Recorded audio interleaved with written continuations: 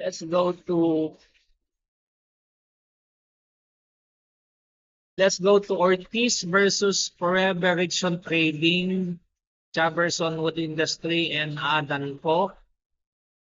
Common to na yung mga employer, meron silang empleyado, pagkatapos nagtatrabaho na yung empleyado nila sa kanya, then kukuha ng manpower agency. So, pwede ba yun? Ito yung naging issue dito. Actually,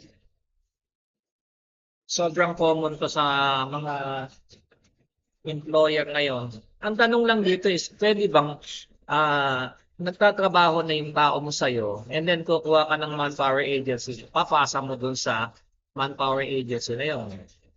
Okay, tignan natin kung pwede yun. Ha? This is a case of illegal dismissal filed by the employee against Forever Richon Trading Corporation. Now, Chaverson Wood Industry Corporation. Ito pa yung ito pa yung mga nakakainis sa mga employer o mga kumpanya. Meron silang isang kumpanya, nagtatrabaho yung mga tao doon, papalitan nila yung pangalan ng kumpanya, doon pa rin nagtatrabaho. But in this case, mas masama ginawa nito. Hindi lang nagpalit ng pangalan, kumuha pa ng manpower agency. So si complainant was hired by yung dating kumpanya, Forever Rich Sons.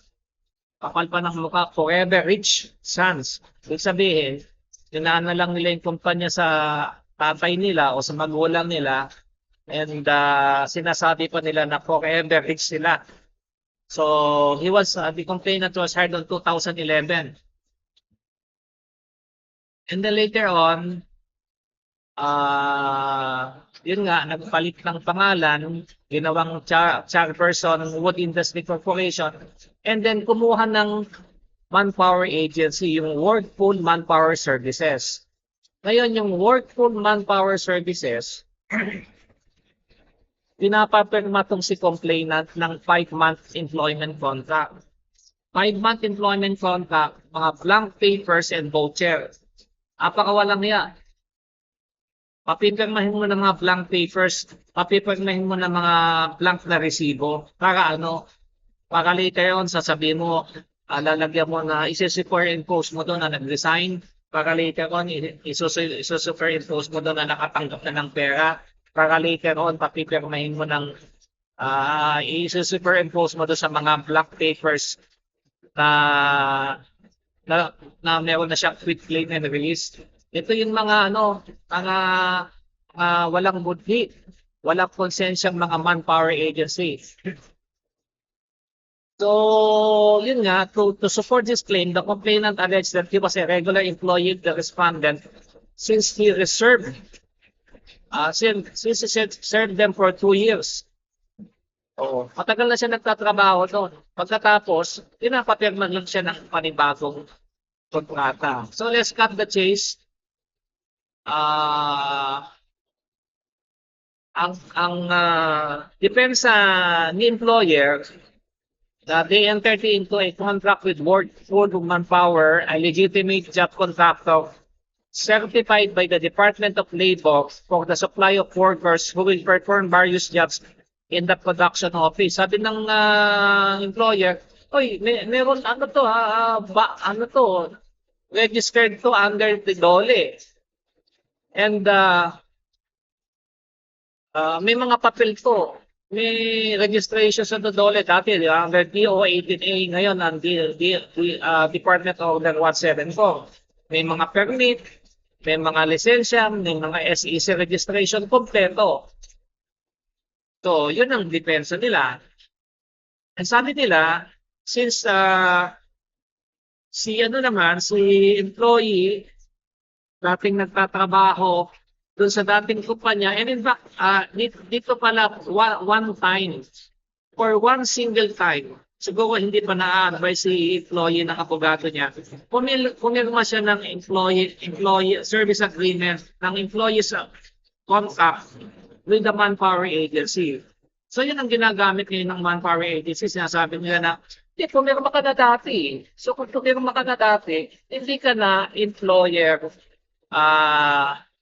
ng kumpanya. So nagtatrabaho siya sa kumpanya, nagkaroon ng manpower agency,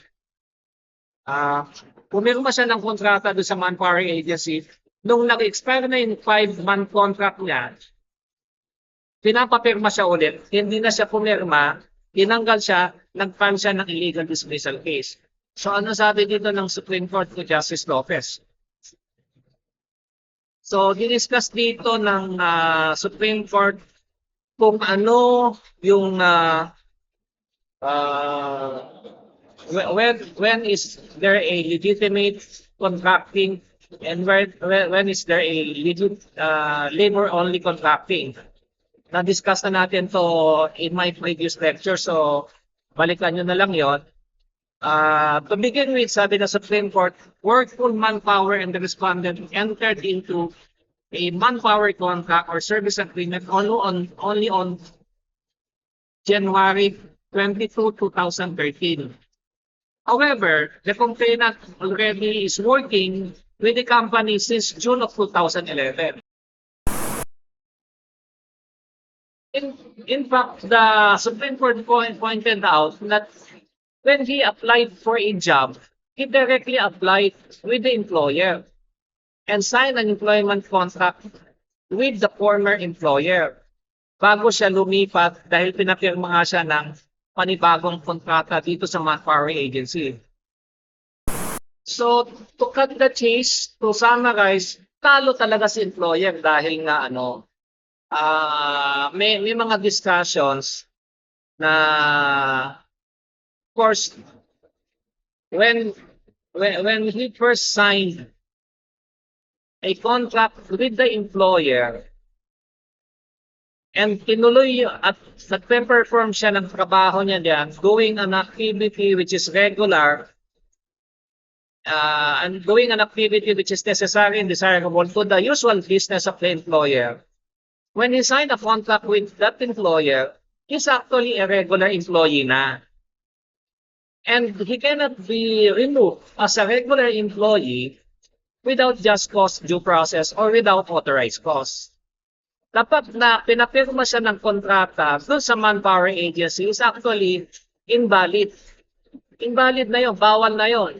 Kasi that in effect is a constructive dismissal. Dati na ako regular employee, ipapasa mo ako sa manpower agency, na doon sa manpower agency, ano lang ako, contractual lang ako, 5 months contract lang ako. So, a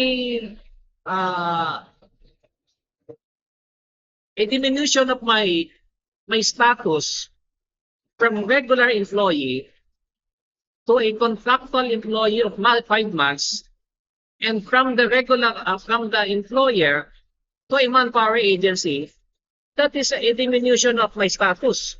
That is in effect constructive dismissal. And dito sa kasong to, nagkaroon pa ng discussion yung Supreme Court about the manpower agency having no sufficient capital in the form of tools, equipments. In fact, sabi kasi dito na other than the respondent's bare allegation and mere presentations of certificate of registration, no other proof demonstrates that the manpower agency have substantial capital.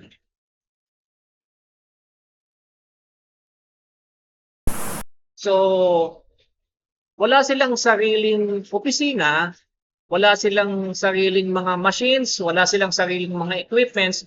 Yung mga equipments na ginagamit nila nung the complainant, ang may-ari si employer, hindi yung manpower agency. And considering that there is no proof or evidence to show that their substantial capital or investment by uh, by the manpower agency. The manpower agency was deemed to be a labor-only contractor. And therefore, what's the effect? So, labor-only contractor yung manpower agency. Ang employer ni complainant is the company itself. And since the company itself is the employer, the complainant, at siya ay regular employee doon, it should have not been dismissed by the manpower agency considering that he did not sign or he did not renew his contract. So he was deemed to be illegally dismissed, and all the penalty for illegal dismissal was meted not only on the part of the manpower agency but also on his principal, which is the employer.